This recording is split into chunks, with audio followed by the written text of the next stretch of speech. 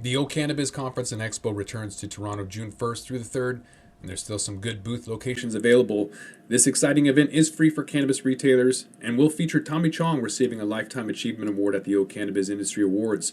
For more information about exhibiting or to register to attend, go to ocannabis.com. That's OCANNABIZ.com. We're going to look at Marijuana Business Daily's top 10 cannabis industry trends to look for in 2022, which look a lot like the previous episode that we did on crystal ball prediction. So we're going to talk about, I think, banking, brands, consolidation, potential legalization, all kinds of stuff coming up. It's only entertainment. Welcome back to The Talking Hedge. I'm Josh Kincaid, capital markets analyst and host of your Cannabis Business Podcast. As a reminder, we did a crystal ball prediction last month, and we've been doing that, annually. So looking back, what we do from 2020 or 2021, or this year, and what we're expecting to see for 2022, what we do is we look on the internet for what people are saying, what is their crystal ball predictions, and we aggregate those. So the number one crystal ball prediction in 2020 was that price and profit was going to be the number one thing. 2021's number one crystal ball prediction was we're going to see more legal regulation, political changes, and then the same thing for 2022 and beyond. What we've noticed, though, is that it keeps getting wider, it keeps getting more. So what that's telling me is that, early on, people kind of all had the same ideas. Now people have no idea. There's even a miscellaneous tab for predictions because they're kind of literally all over the place. So it goes anywhere from federal decriminalization at 17% all the way to banking regulations at just under 2% for kind of this aggregated crystal ball prediction or collection, which is going to be in line with this article. So having said that, I know that the top thing we're going to be talking about is M&As. And so 8.7% of the folks within the cannabis industry talking about consolidation and M&A being the crystal ball prediction for 2022, almost 9% of the predictions aggregated claim that. So when we're looking at this article here from MJ Business Daily, top 10 industry trends to watch for, number one is going to be M&A is going to be marching on. So that's kind of what we've been saying this whole time. And when you look at the crystal ball predictions, it's really been about consolidation from the very beginning. When you look at 2020, price and profit, same thing. If you're not profitable, if you're not making revenue, you're going to be gone. And that's why in 2021, consolidation was the second thing. Like, yes, we're going to have regulation and companies are going to have to merge with other ones, either a strategic partnership, acquisition, merger, capitulation, where they don't really want to, is kind of a hostile takeover or whatever. This year, it's dropped to number 4. I think D8 and CBG really kind of pushed it back a little bit. There's a lot of new product innovation coupled with cannabinoids and terpenes and flavonoids, making consolidation and M&A the fourth thing on people's list of 2022 and what they think is going to happen behind, obviously, the number one of legalization trends.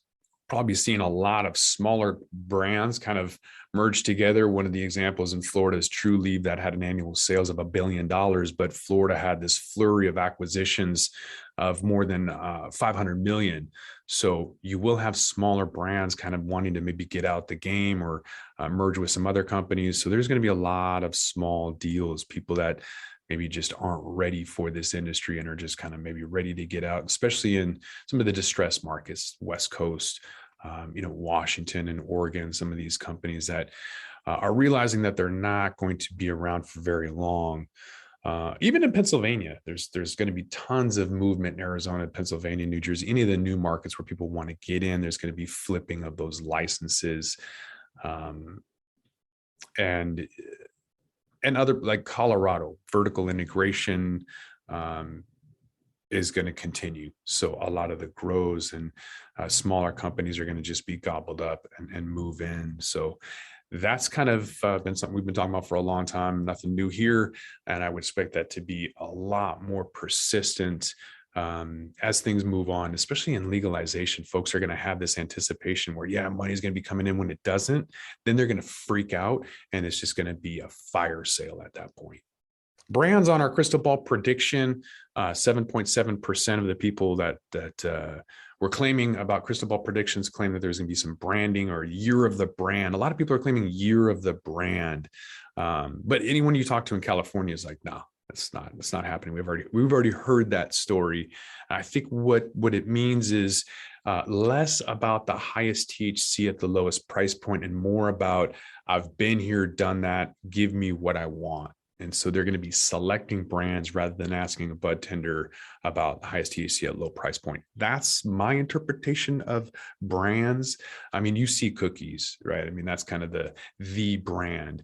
Yeah, we've heard about Wana brands being bought for $300 million, but do people want Wana brands over cookies? I mean, we're comparing apples to oranges or flour to chocolate.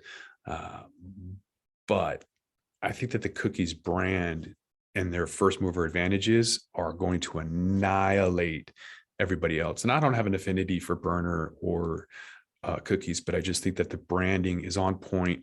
The genetics, everything that they're doing is culturally sticky, and it's sticking everywhere. And it's that brand, unless they become faux pas, where something happens within the team or the brand or something. Like, I know for a fact that they've gone into Oregon and ripped somebody's genetics off, and that could have been disastrous if that made national news. That burner was stealing people of color's genetics. It's terrible.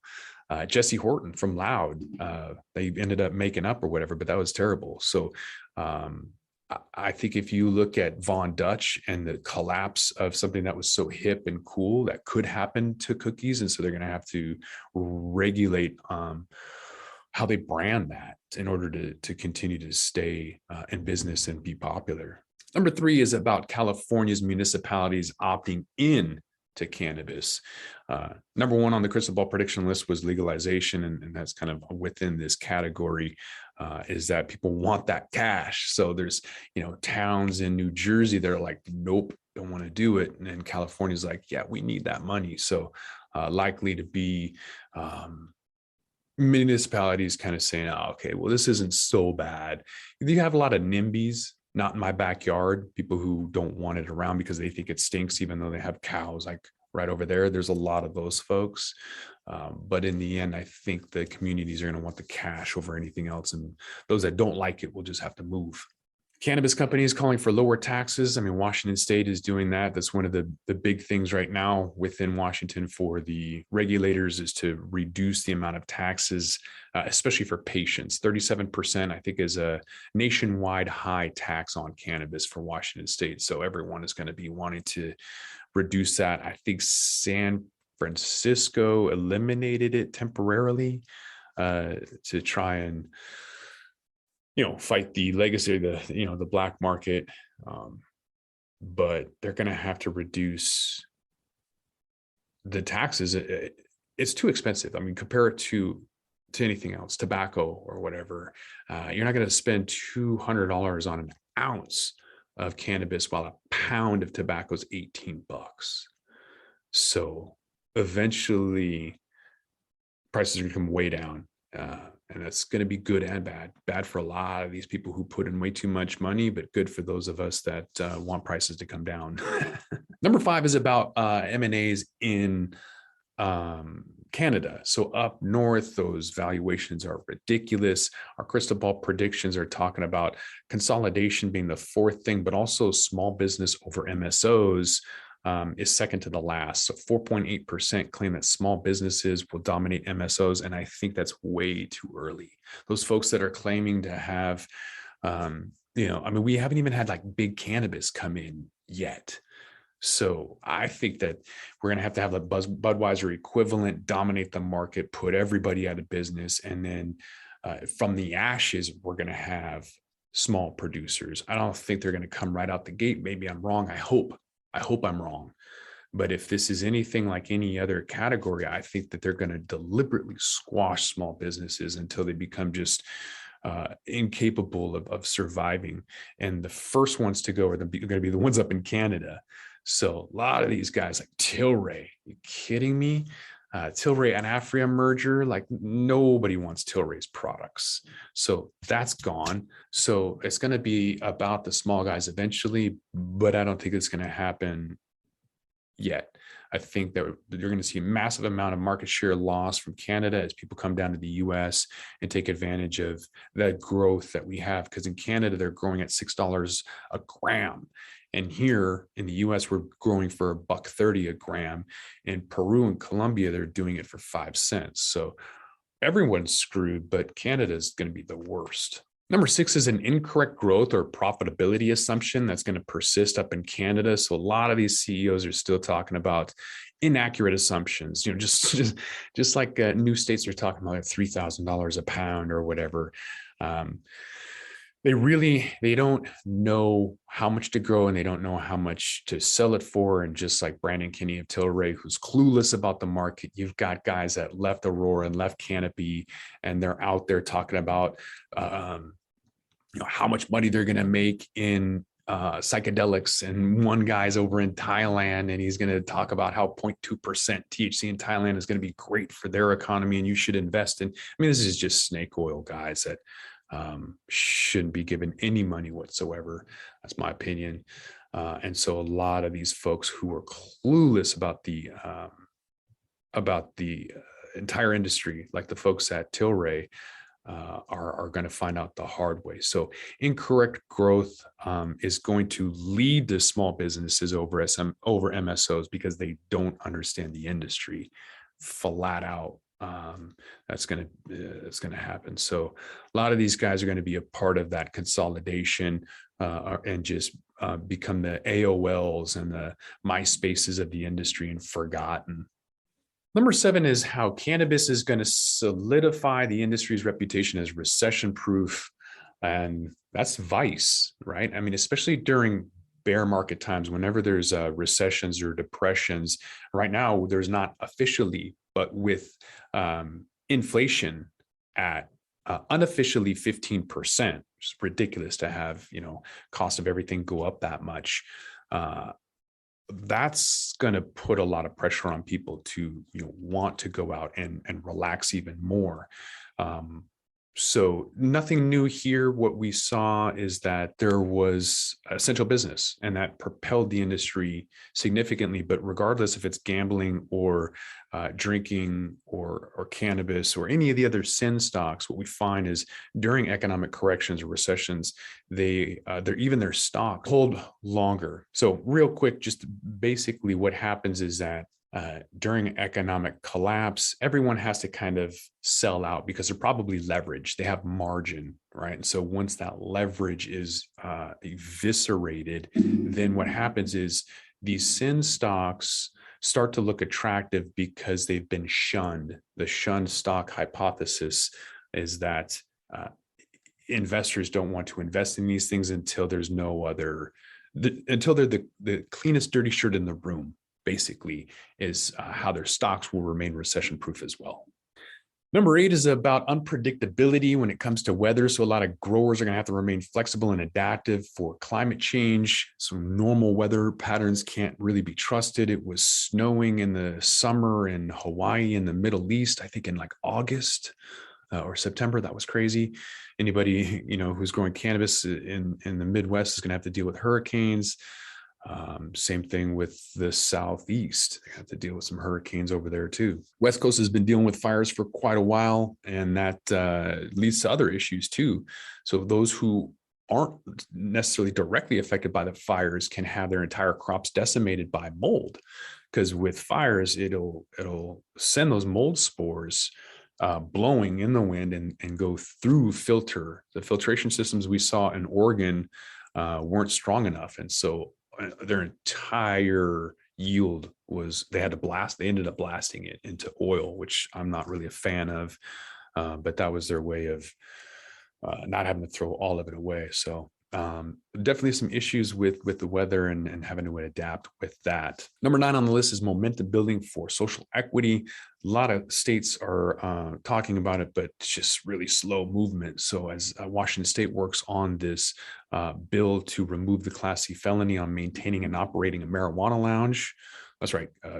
Cannabis cafes are a felony to own and operate here. So with that, I'm writing a bill and writing in social equity opportunities. And in my research, basically every state that's looking at cannabis cafes are doing the same thing. So on top of that, I know that Washington State regulators are looking at entire social equity opportunities, but it's really, really slow. It's basically aimed at giving minorities and those harmed by the war on drugs an opportunity to participate in the industry.